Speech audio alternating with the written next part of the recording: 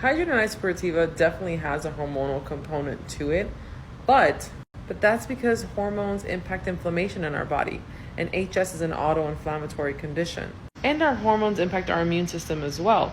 With any autoimmune condition, there are times of your cycle that you're more susceptible to flares or inflammation, and HS is no different.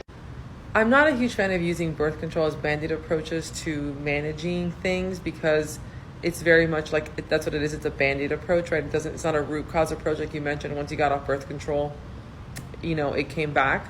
And I think that birth control is something that has a lot of side effects, which aren't some things that people take into consideration for the long-term use of it, but I digress. Hormone balance is very rooted in blood sugar regulation, nutrient density, and stress management. I always say those are the little tripods of hormone health, especially for cycling people in their reproductive years. So one, eating a whole foods balanced diet, making sure you're getting plenty of protein, lots of healthy fats, good amount of fiber, different colored veggies, very key.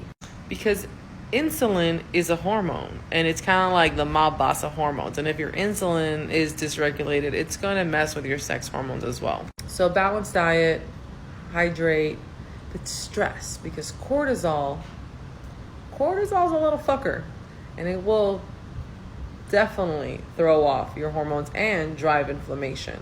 So doing things like getting enough sleep, meditating, strolling in the park, practice breathing techniques to help you, get back into a parasympathetic state, even in stressful situations. That's one of my favorites. It's the most doable.